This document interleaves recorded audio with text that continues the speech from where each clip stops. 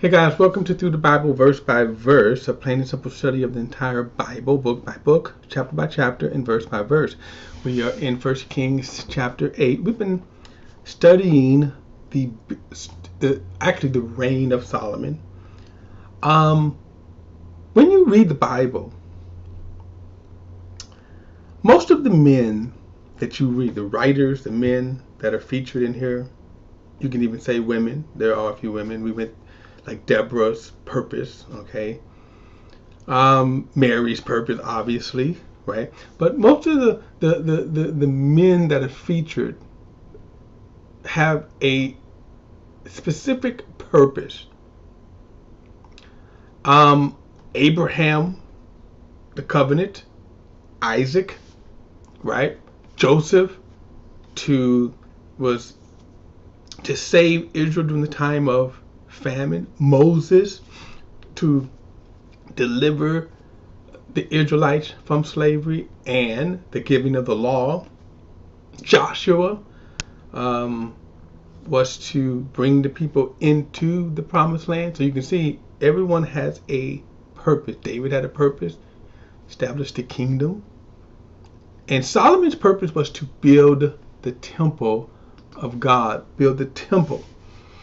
And so 480 years after the Israelites came out of Egypt, he commenced his building, which the temple itself took 7 years. His palace, you can also say his palace plus city hall, his palace, meaning the hall of judgment for him, which was spectacular, took 13 years. Of course, this is a artist rendition, sort of based upon that long, tedious chapter that I read in the construction. So if you are an architect, engineer, based upon that information, you can come up with what the temple might have looked at. So after 7 years of construction, and then I think he's going to dedicate this temple, and God is going to show up in this dedication. Okay, so let's get into it. So remember, verse 1 says at that time Solomon assembled the elders of Israel, all the tribal heads, all the ancestral leaders of the Israelites, before him at Jerusalem in order to bring the ark of the Lord's covenant from the city of David, that is Zion. Now, kind of interesting here, we have a biblical definition of Zion. Now, you hear Zion all the time in our society. Zionism, and that's what a lot of words they get added on to, right? The definition themselves are not necessarily what is meant. So, for example, during the rise of the Third Reich, Germany, Zionism was a curse. They used it as a curse. Simply Judaism or Jews. Now, obviously, it is that, but as you can see, the city of David is Zion. And so verse 2 says, so all of the men of Israel were assembled in the presence of King Solomon in the 7th month of Ethanim at the festival. Now, let me say one more word about Zion or Zionism, because it's throughout the scriptures here. If you wanted to attach Judaism to it, you can. Zionism in and of itself is not necessarily, I think, a proper definition of it. As you can see, it is the city of David more so. All right. Verse 3, all the elders of Israel came, and the priest picked up the ark. Now, remember the ark of God, which was constructed by Moses. We haven't heard too much about the tabernacle since Israel came into Israel.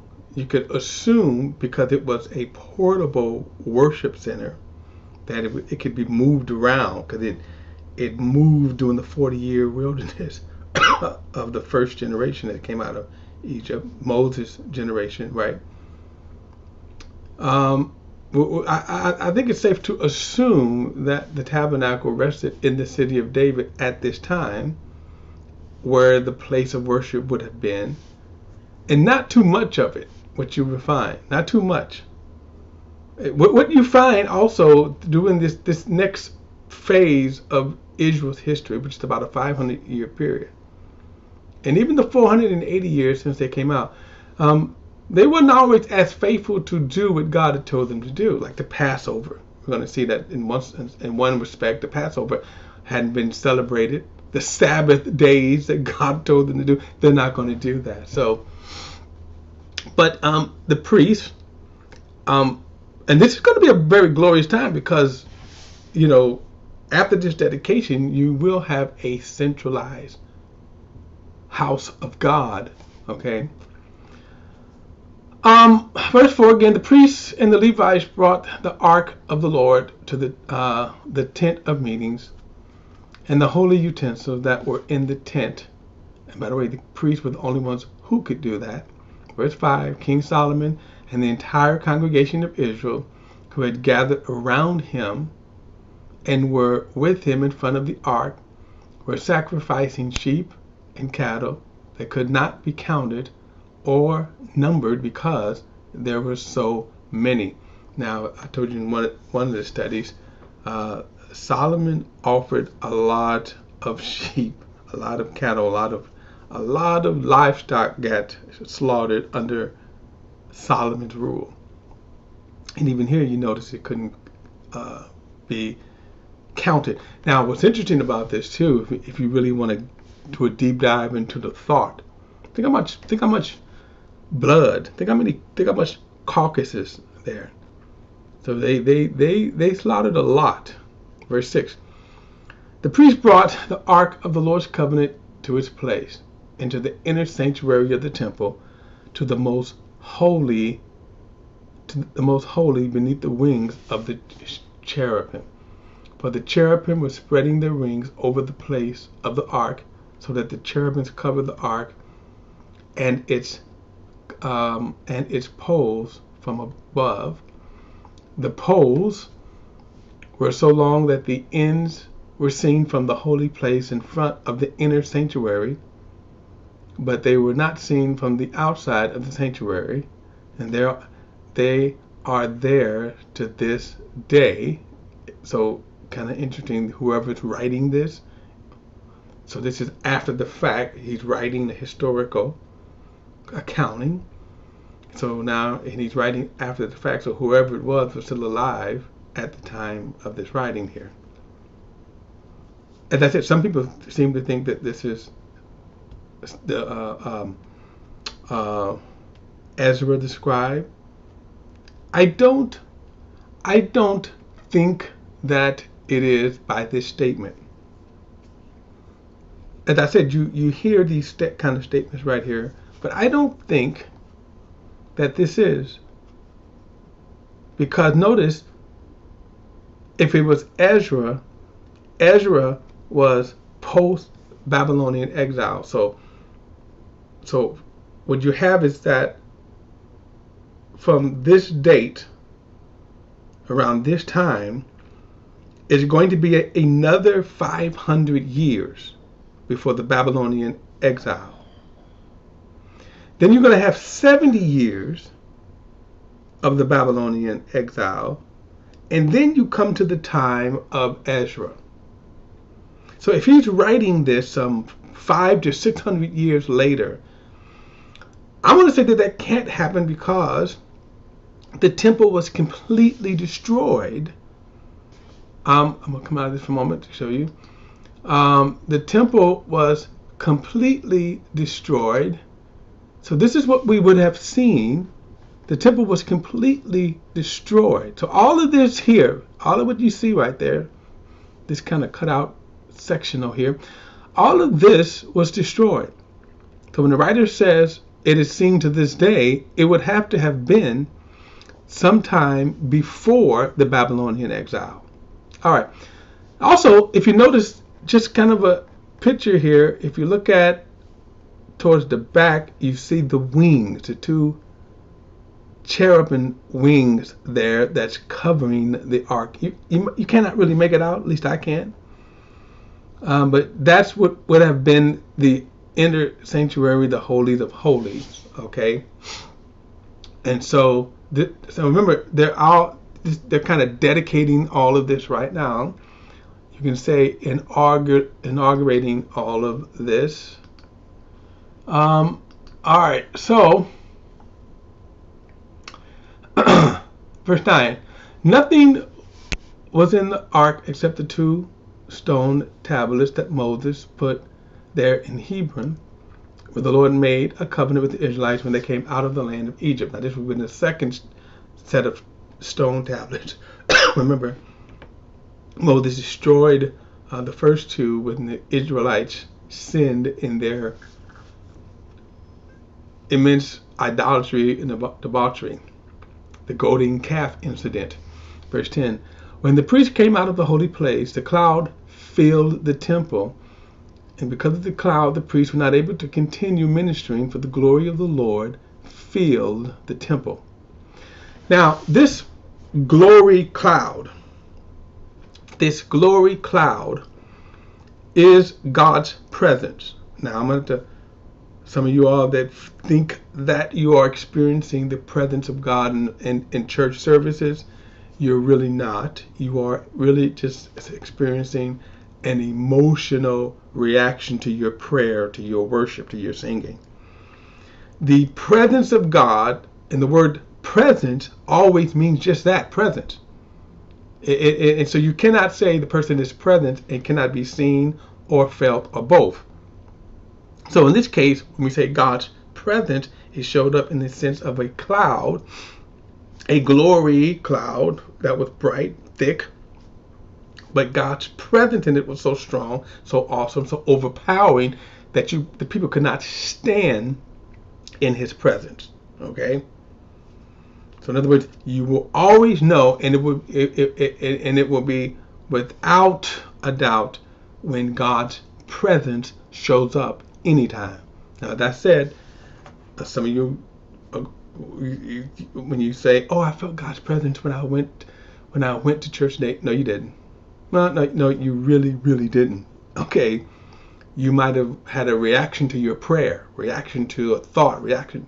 It was an emotional reaction, but it wasn't the glory of God. Now, another thing is that God is showing up to validate, not only to commemorate, to consecrate, but to validate. This is his place of worship. All right, so verse 12, then Solomon said, the Lord said that he would dwell in thick darkness. I have indeed built an exalted temple for you, a place for your dwelling forever. The king turned around and blessed the entire congregation of Israel while they were standing. He said, may the Lord God of Israel be praised.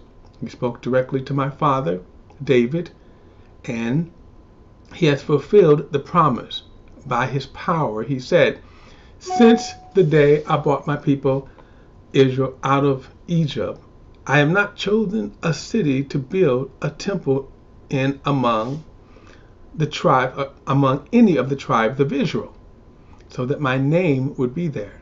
But I've chosen David to rule my people Israel. And it was the desire of my father David to build a temple for the name of Yahweh, the God of Israel.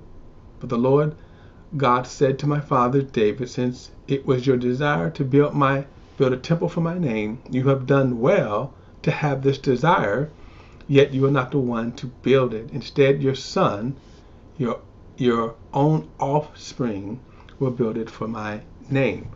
Now, this is kind of interesting if you remember the story.